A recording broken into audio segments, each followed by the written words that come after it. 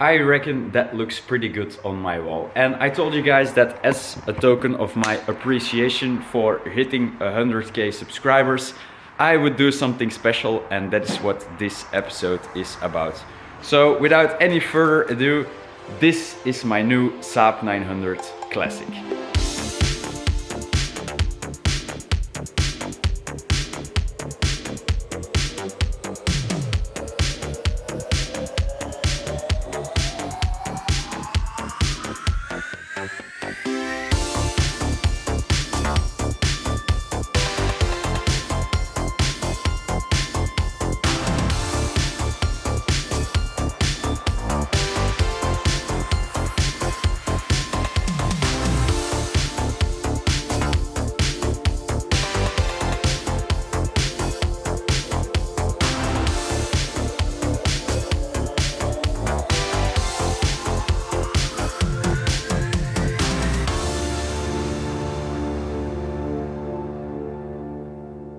The car obviously needs a ton of work and we are going to do a big inspection on it to verify everything that we need to do. But first I'm going to tell you the story about how I got this thing in the first place.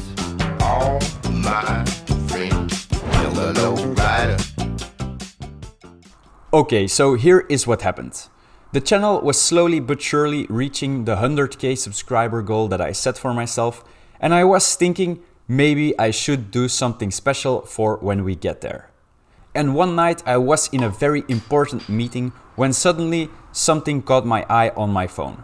It was this advertisement for a Saab 900. And I have to say, ever since we got the Volvo, my interest for Swedish cars has definitely increased. So it seemed like a very cool project to do. So being my enthusiastic self, I got into my car, and that is where we pick up this story. Okay guys, I'm in the Mini and I've got a 1.5 hour drive ahead of me and I'm already late, so let's go and take a look at that Saab. After a long drive, I arrived at some type of gardening center and met with the seller. He told me he had a few of his cars sitting here, including the Saab. This is a 1991 Saab 900. It is a Swedish front-wheel drive car that was produced from 1978 to 1994. This example has been off the road for almost a decade, and it shows. The car is covered in a thick layer of dust and a breeding ground for spider webs. I did a quick inspection on it with rust as my main concern, but the car was parked very close to another one, so I couldn't really expect both sides. But it looked like the car had some potential and I was willing to roll the dice, so that is why I bought it. Okay, so I just talked to the owner and I bought the freaking thing. There is a little bit more work to it than I initially thought, but I think it all looks a bit worse than it actually is. But a thorough inspection at home should clear all of that up, because the car is a bit close to the other one, so it was pretty difficult to see like the condition of it. But yeah, I'm confident that I can make something work with that thing. Now, the next thing I need to arrange is the transport. We are now 1 week further. I had a little vacation in between and I also had to arrange the transport for the Saab. And the way we're going to do it is my dad is going to be driving the Audi with a trailer that I rented. The reason why I'm not driving is because you need a special license in Belgium to drive a car and a trailer that is that heavy. So my dad is going to be driving, I am going to be driving shotgun. We are going to pick up the Saab today and on the way there we are going to pick up the trailer that I rented and then obviously drive to the car. And hopefully we make it back safely, because yeah, the Audi has a lot of kilometers under its belt and this by far is going to be the heaviest load it has ever pulled. I think the total combination of the weight will be around 2 tons, which is the actual limit for the car. So yeah, that will be interesting. My dad and I got on the road and our first stop was the rental company. I rented a trailer for the entire day at a cost of 120 euros, which is not a bad deal at all if you ask me. With the trailer hitched and my wallet burning a hole in my pocket, my dad and I made our way to the Saab.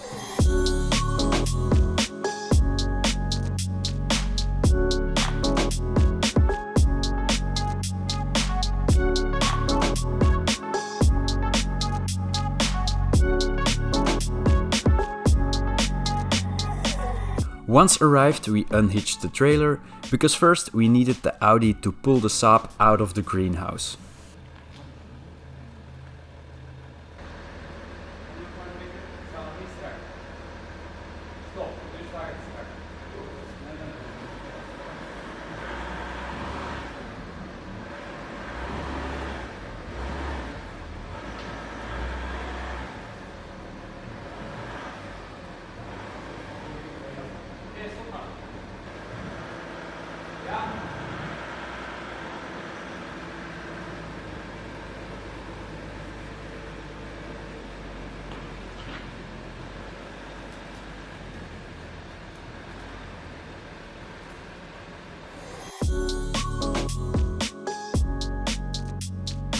And with the heap of junk pulled outside, we connected the trailer to the Audi again and then winched the Saab onto it.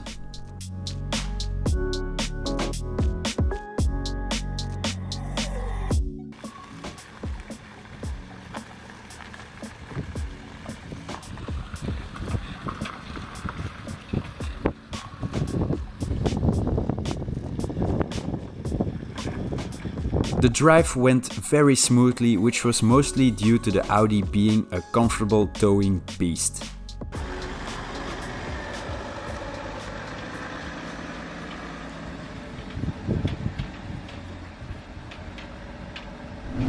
Once the car got here, I pushed it into this garage space next to the lift. You can actually still see the outlines of where the car was sitting by looking at the dust. And it was actually kind of challenging to film the video that I did on the BMW E28 engine bay, because the car was sitting right next to it the whole time, so it was quite challenging to keep the car hidden from you guys, but I think I managed to do it well because nobody picked up on it. I think now I want to do a little bit of an inspection on the car, because ever since it got here I haven't really taken a look at it, so all of the issues that we are going to find today will be a surprise for me as well. I did already find out about one issue, and that is that the brakes are fairly stuck. So that means pushing the car into the workshop by myself is out of the question. But hopefully if I call my dad, the two of us will manage to push her in.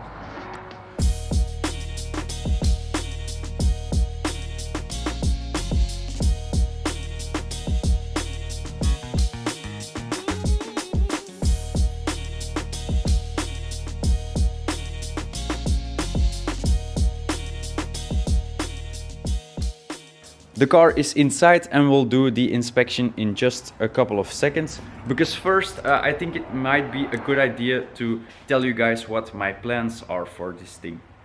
At the moment, the car is obviously very rough. And that means that doing a full-on restoration on this thing would be immensely time and money consuming. And those are two things that I can't really spare at the moment. So what I want to do with it is something similar as what we did with the Volvo. So first of all, we are going to do a deep clean on the car. Currently it is absolutely disgusting. I don't know how many years it hasn't been washed, but as soon as you touch it, you become very filthy very quickly, and I'm really getting sick of that. So we are going to go ahead and give it a good clean on the inside and on the outside. Then as soon as it is clean enough to be worked on, we're going to see if the engine runs, because currently I haven't seen it running yet. The state of it is also really unknown to me. But yeah, the guy I bought it from was pretty confident that I would be able to get it started with just a fuel pump. So we are going to give it some maintenance, throw a fuel pump in it, and then yeah, we'll see what happens. Then as soon as we get it running, it will be nice that it is finally movable, and then we can start working on stuff like the rust. Currently, I know that there is a big patch here on the front hood. There is a big bit of rust on the front fender. That should be easily fixable. And the last one is here at the rear wheel arch. But I'm sure as soon as we lift it up in a couple of minutes, we will find more rust. I'm actually pretty nervous about that. Once the body is rust-free and straight, or as straight as I want it to be, we'll look into the mechanical side of things and make it a good driver. Things like brakes, suspension and engine will be dealt with. And once that is done, we'll go into the last details like finishing the interior and stuff like that. But there is one important thing that I haven't mentioned yet, and that is going to determine if I can go ahead and even work on this car or not. Because I bought this Saab without any paperwork. The previous owner also didn't have any paperwork, and he actually bought this thing as a parts car, so he didn't need them. But I do, because I plan on driving it. And I am confident that I will be able to get them.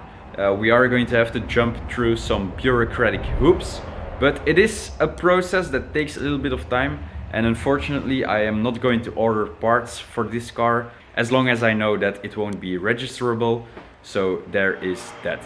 I did verify with the police that this car wasn't stolen or anything, so there is that. But yeah, it sucks. It would have been a lot easier if the paperwork was there, but it is also the reason why the car was pretty cheap. Once the car is driving and looking the way I want it to, I am planning on doing an epic road trip to Sweden. It is a country that I've always wanted to go to, and I don't think there is a better car to do it in than in a Saab. But now first, let's get into that inspection we were talking about.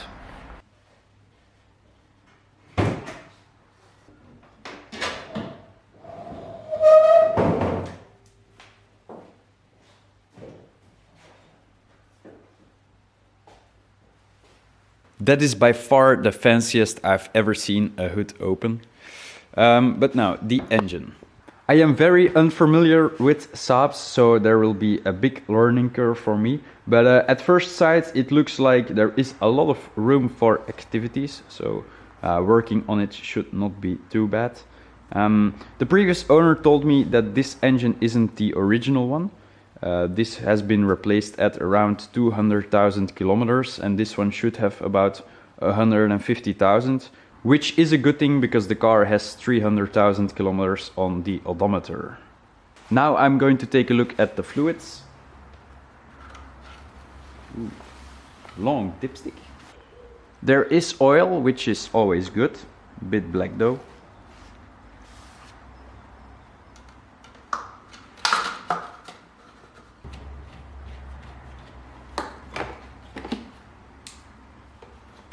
There is an absence of brake fluid and the container is a bit sludgy. Now for the coolant. Seems a bit empty-ish.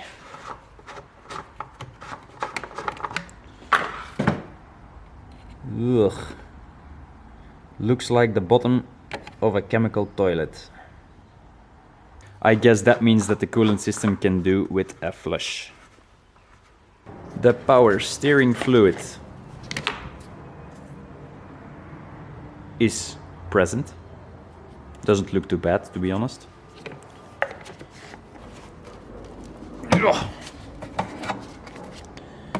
No window wash. Ooh.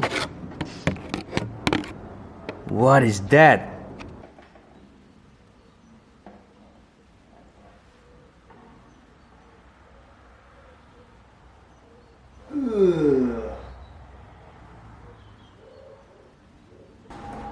But wait, there's more.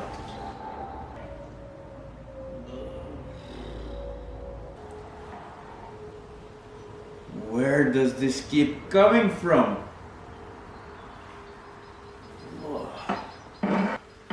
Okay, that's it. I think I can sleep at night. Delicious. Unsurprisingly, there is no battery, but other than that, the engine bay seems to be pretty complete.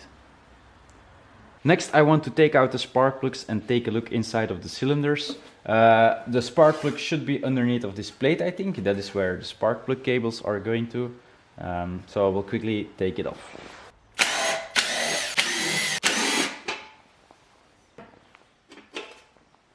Wow, wow, wow.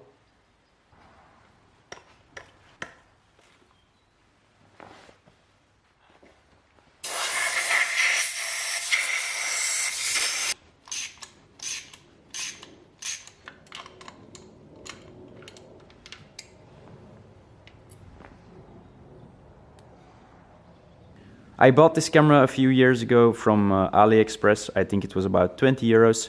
And the resolution isn't great, but it is good enough to look into the cylinders of engines, and that's all I need it for. So let's take a look in cylinder number 1. I took a look in the cylinders and they all seem to have what looks like horizontal marks on the cylinder walls. It is very hard to see if they are deep, but nevertheless it is something to take in consideration.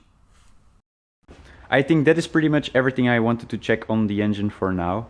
And as I said before, I don't really know anything about these engines, other than that they are turned 180 degrees and that the crankshaft exits through there, and then the gearbox is underneath of the engine. That is something pretty special. And actually I can use you guys' help, because I am not really sure if this is a 2 liter or a 2.1 liter 16 valve. I know both these engines came in these cars in 1991, but yeah, I have no way of verifying it other than maybe an engine code, but I don't know where they are located, and I don't have the paperwork to check it either. Anyway, now let's put the car onto the lift.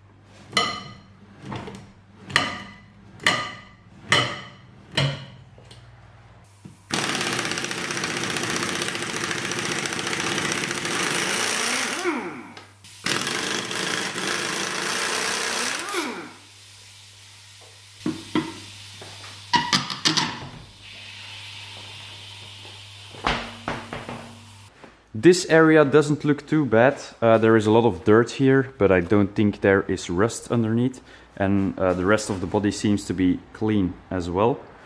The suspension components are obviously very surface rusted, but I think with a bit of sandblasting and some wire wheel action, that will clean up nicely. The flexible part of the brake line looks a bit dry, so that will need to be replaced, but the hard line still looks pretty good, surprisingly.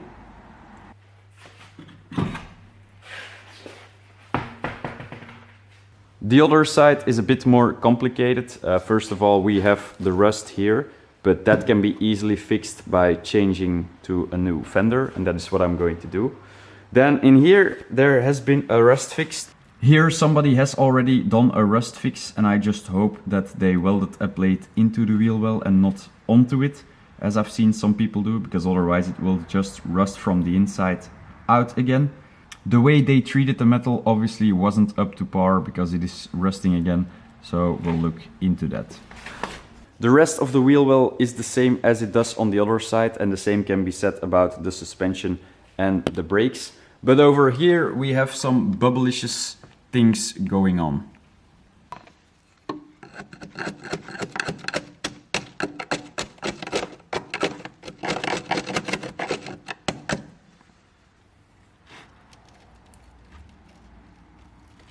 Ooh yeah.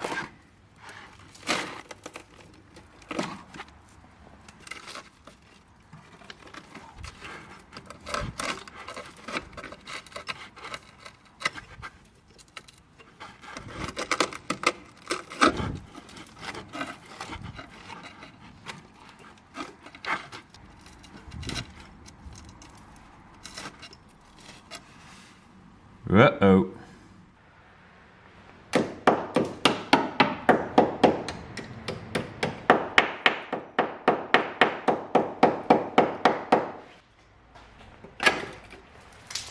That's not good.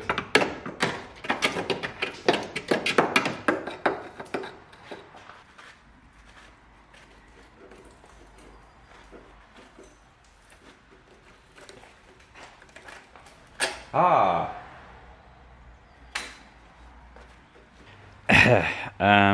I think I'm going to ignore that for now, because I feel a depression coming up.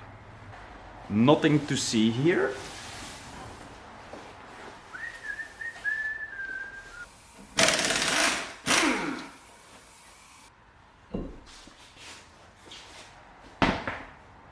Okay, so what do we have behind door number 3?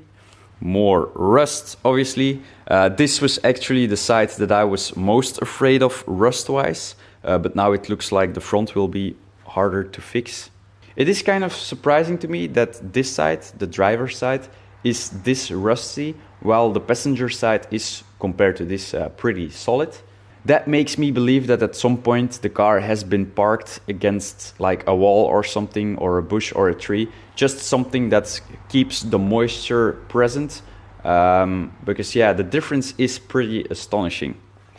I think it is very common that these wheel arches rust because there are a lot of parts available for welding these up. So I'm not too afraid of this part of the car, but in here it goes a little bit deeper.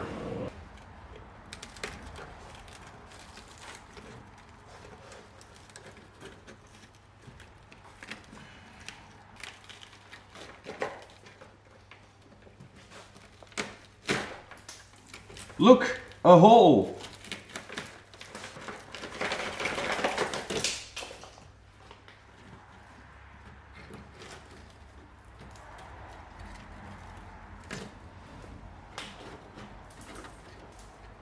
This looks worse than in the front, but none of this is structural.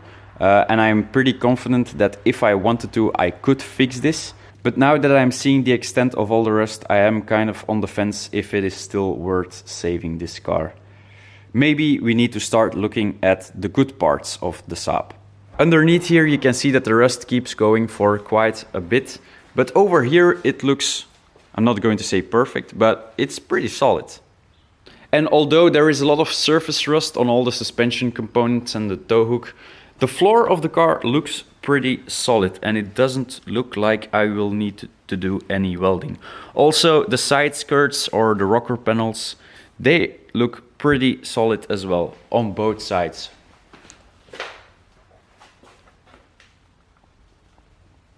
There is no exhaust on the car currently because the mid-pipe section was missing and the rear muffler was dragging on the ground, so I just took it off and threw it into the trunk. Moving on to the last wheel arch, it looks pretty good compared to the rest of them. There is a little glory hole over here, but that will be easily fixable. This is actually the wheel that is stuck, so there is probably something wrong with the handbrake mechanism. So let's see if we can fix that. I'm going to fix this bumper first because it's annoying me.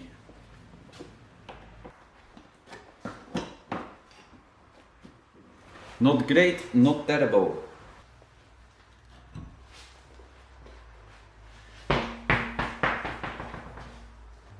Let's see if we can get this caliper to release.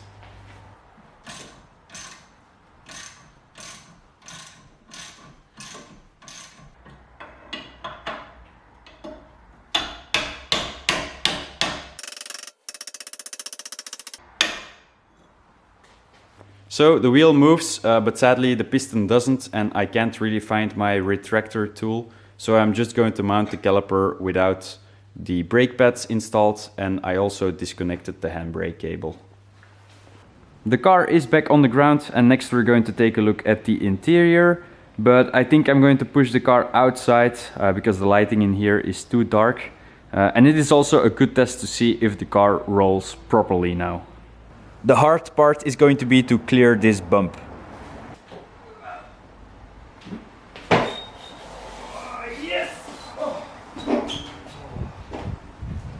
Take a look at how disgusting this part of the floor is from just doing an inspection on the Saab. And that is exactly why I want to do a full clean of the car in the next episode.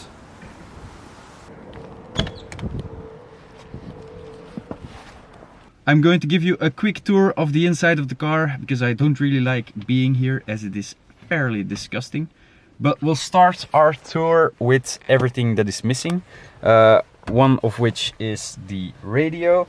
Then we're also missing the central console. I've been looking around inside every compartment of the car and there is none in it. The headliner is also completely gone. I have read that a lot of Saabs have an issue with a sagging headliner and people get annoyed by it and then just tear them out.